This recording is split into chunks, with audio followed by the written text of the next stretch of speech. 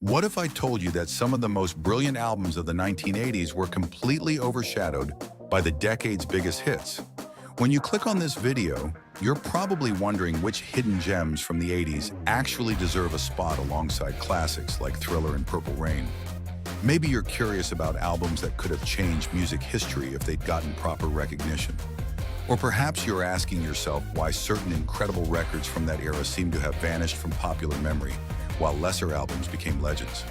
The truth is, the 1980s produced hundreds of extraordinary albums that never got their moment in the spotlight. While MTV was busy rotating the same mega hits and radio stations played it safe with proven winners, some of the decade's most innovative and emotionally powerful music was quietly released to crickets. These weren't failed experiments or artistic misfires. They were genuine masterpieces that happened to arrive at the wrong time, on the wrong label, or simply got buried under the avalanche of 80s excess.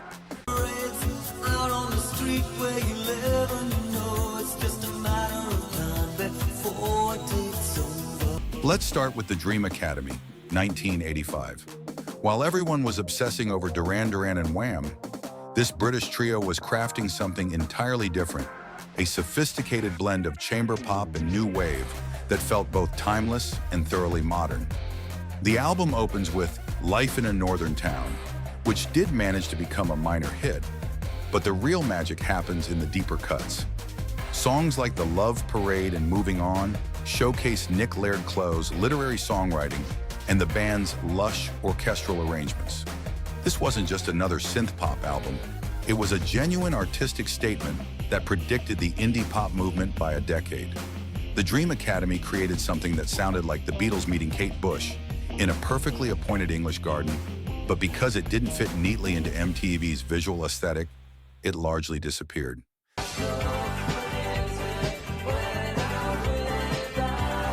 Flesh for Lulu, Big Fun City, 1987, represents everything that was exciting about underground rock in the late 80s. While hair metal dominated the airwaves and college rock was still finding its voice, this London band created an album that bridged punk's raw energy with pop's melodic sensibilities. The title track alone should have been a massive hit. It had the attitude of The Clash, the hooks of The Cure, and a driving rhythm that made you want to move. But Flesh for Lulu had the misfortune of being slightly ahead of their time. Their sound would have fit perfectly into the alternative rock boom of the early 90s.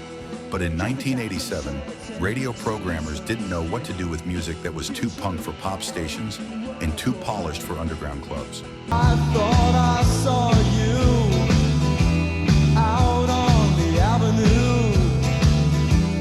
Then there's Translator, Heartbeats and Triggers, 1982, an album that perfectly captured the anxiety and excitement of Reagan-era America. This San Francisco band took the template established by television and the Feelies and added their own West Coast sensibility, creating songs that were both intellectually stimulating and emotionally immediate. The opening track, Everywhere That I'm Not, became a minor college radio hit, but the entire album deserved that level of attention. Translator understood something that many of their contemporaries missed, that the 80s weren't just about escapism and excess, but also about the underlying tension of living in uncertain times. Their jangling guitars and David Sheff's urgent vocals created a sound that was uniquely American, yet sophisticated enough to stand alongside anything coming out of post-punk Britain.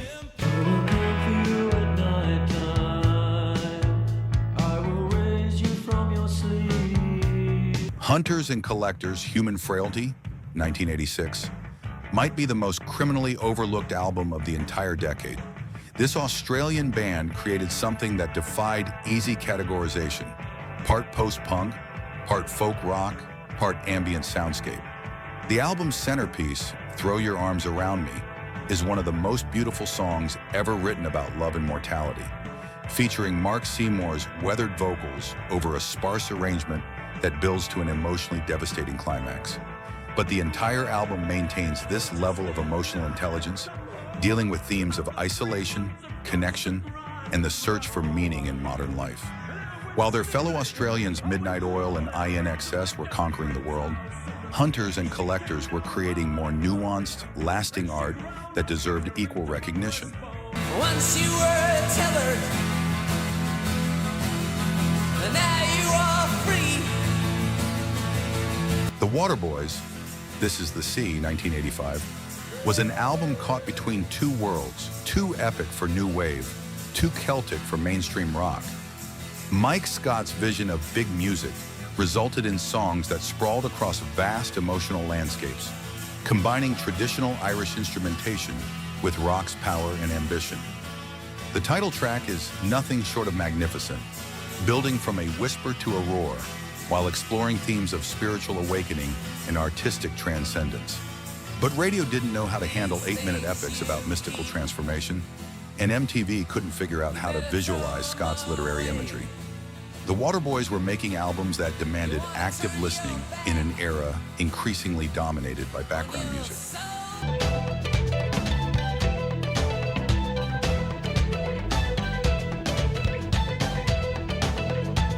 King Crimson's Discipline from 1981 represented a complete reinvention for one of progressive rock's most innovative bands. After a 7-year hiatus, Robert Fripp returned with a lineup that included Adrian Belew, Tony Levin, and Bill Bruford, creating an album that merged Crimson's complexity with new wave's rhythmic drive. The result was something unprecedented, art rock that actually grooved, intellectual music that made you want to dance.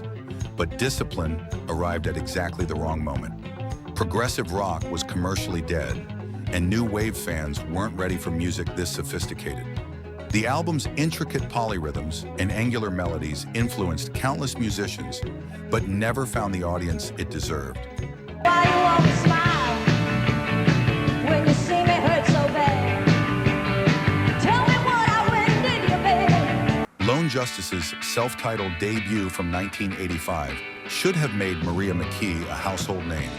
This was country rock perfected, all the emotional power of traditional country with the energy and production values of 80s rock. McKee possessed one of the decade's most powerful voices, capable of conveying both vulnerability and strength within the same phrase. Songs like Ways to Be Wicked and Sweet Jane demonstrated the band's range, from cowpunk barn burners to delicate ballads. But Lone Justice fell victim to the music industry's inability to properly market artists who didn't fit established categories. They were too country for rock radio, too rock for country stations, and too American for the British-dominated MTV rotation. The Church's Starfish, which came out in 1988. I've got the 2-disc remastered version, which came out back in 2005. The Church's Starfish from 1988 finally gave this Australian band the recognition they'd been building toward throughout the decade. While Under the Milky Way became their signature hit, the entire album represented a perfect synthesis of post-punk atmosphere and pop accessibility. Steve Kilby's dreamlike lyrics and the band's shimmering guitars created songs that felt both immediate and mysterious, like half-remembered dreams set to music. Starfish proved that alternative rock could be both commercially viable and artistically uncompromising, but it took years for the music world to catch up to what the Church had been doing all along.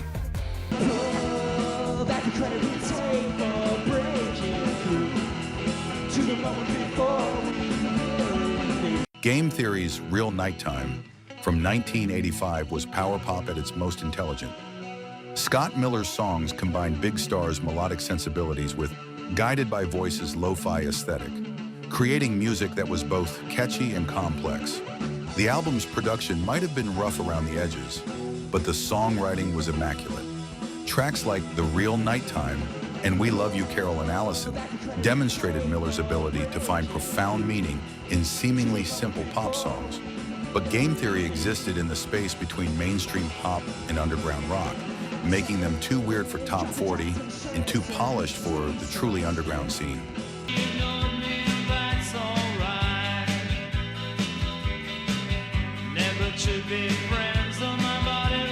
Finally, there's the Gobetweens, Liberty Bell and the Black Diamond Express from 1986, an album that represented the peak of this Australian duo's considerable talents. Robert Forster and Grant McLennan created songs that were literary without being pretentious, emotional without being overwrought. The album's highlight, Spring Rain, is a masterpiece of understatement. 6 minutes of gentle guitars and poetic lyrics that capture the feeling of seasonal change better than any other song. But the Go-Betweens made music for listeners, not consumers. And in the MTV era, that distinction mattered more than it should have. These 10 albums prove that the 1980s were far richer and more diverse than nostalgia would have us believe. Each one offers something that the decade's biggest hits couldn't: genuine artistic vision, emotional honesty, and musical innovation that still sounds fresh today.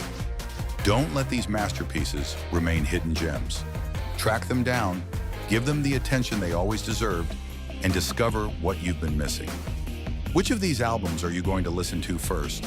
Let me know in the comments below, and make sure to subscribe for more deep dives into music history's greatest overlooked treasures.